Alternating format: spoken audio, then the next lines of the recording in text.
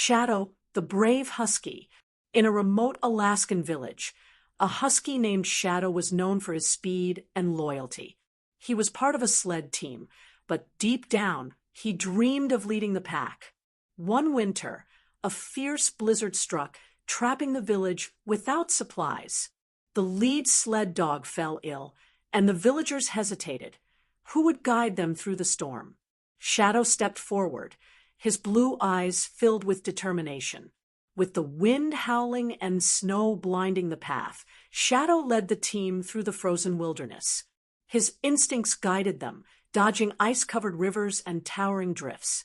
After hours of relentless travel, they reached the supply outpost and raced back, bringing food and medicine to the village.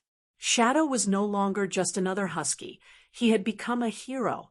From that day on, he proudly led the sled team, proving that courage and heart could conquer any storm.